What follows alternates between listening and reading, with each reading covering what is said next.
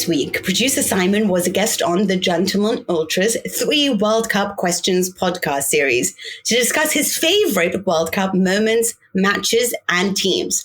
So if you want to hear about Simon's passion for the Azzurri and following them around Germany during the 2006 World Cup, go and listen to the episode. Here's a short preview. But I grew up with the myth or the legend of 82. And I think every Italian family had the 82 squad poster on their wall. In the garage, we had it. In the garage, framed behind glass. So I grew up looking up at those players. Obviously, I was 2 or 3 years old when Italy won that. But to me, they were legends. That was this myth, Paolo Rossi. Paolo Rossi was Italy, and I don't even mean was the Italian football team. Paolo Rossi was Italy to me. He represented what Italy is. For me, growing up as a kid, that's what I felt. And I said to him, how much? He said, €300 each. I did not even bargain. I just, here you go. Here's the money. He goes, you're going to love it. They're going to be the best seats. And I'm like, oh God, is he scammed me?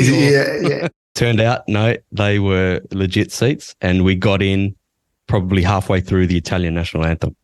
And that moment, I've grown up listening to the Italian national anthem in World Cups, but that moment that I got in and saw the players lined up for the national anthem, my heart was just jumping out of my chest. It was just an amazing moment. But there are many moments that I could list. I was at the semi-final in Dortmund, Italy against Germany. I've never been more on the edge of my seat.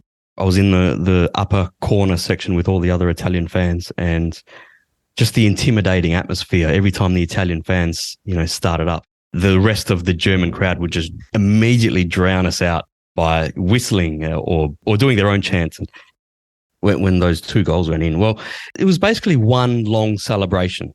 Right? Yes. There was no time 3 to minutes stop. apart, or not even 3 or 4 minutes apart. We had not finished celebrating Grosso's goal. We turned around and Del Piero's plonking the ball into the top corner. It's like, what? I probably missed all his run from the defensive penalty box all the way through. I turned around and in time to see the ball go in again, and it was just total delirium. I can't put it into words. Oh, that's amazing. I'm getting goosebumps as you're telling me. Yeah. I get goosebumps. I think about it often, those 2 games, the semi and the final. It's really difficult to put into words, because I was 25 at that point. I'd grown up. My first World Cup, in my memory was Italia 90, and I had not missed a World Cup match. Just a total dedicated family, madly passionate about Italian football, and grew up with heartbreak, basically. Penalty shootout in Italia 90, penalty shootout in 94, 98, even throw in there Euro 2000. We were 30 seconds away from winning that. All I knew of the Italian national team, loving them so much, was heartbreak. And then to be there when we actually won it. Oh, I can feel it inside me now just talking about it, It's the most amazing feeling that I could ever experience in terms of being a football fan. It's something that I'll carry with me for the rest of my days. But the first half of that semi-final is unbelievable. Demetrio Albertini playing in the centre of the park, playing almost like a quarterback, just spraying balls over the top of the defence for Baggio to score those beautiful goals. And he even hit the bar himself. And he was just on fire. And I just remember that was a beautiful half of football for Italy. So it was always a favourite match of mine. But you cannot beat the 2006 semi-final, because it was just end-to-end open play, just absolute craziness. Cannavaro they called him the Muro di Berlino, the Berlin Wall. He started the counter-attack for the second goal that Del Piero scored with that amazing header, and then collected his header after that by nicking it off Podolski. But aside from that, he was just throwing himself at everything, and Materazzi was amazing as well. And right at the start of extra time, Gilardino hit the post, and then I think a minute and a half later, Zambrotta smashed the hardest shot you would ever see against the crossbar. And I always say that Fabio Caressa, the Sky Italia commentator, and Giuseppe Bergomi's sidekick, when you go back and watch the highlights, was just a gift we were given. Their commentary, Caressa's commentary, just put poetry to the pictures. Because that was my first love in football. So I can't ever go past them. And I'm a Roma fan from when I was about 5 or 6 years old. And Roma happened to have this amazing midfield captain, midfield playmaking general called Giuseppe Giannini. The Prince.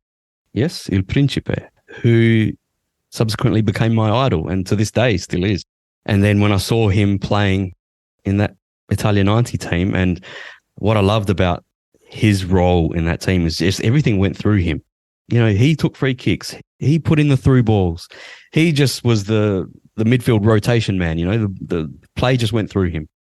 I loved that. I wanted to be like that, you know, when I was playing soccer down at my local team. You know, I tried to model myself on him as much as possible, and his elegance and style, the way he would tuck in the back of his shirt but let the front hang out. It was just so classy. His long flowing hair, and I just fell in love with him. And I fell in love with that team. Obviously, we had Baggio, Schillaci, you know, those two emerged out of nowhere. They weren't even starters, but they just came to life in that World Cup. And Bergomi, Baresi at the back were just, have you ever seen a better defensive pairing?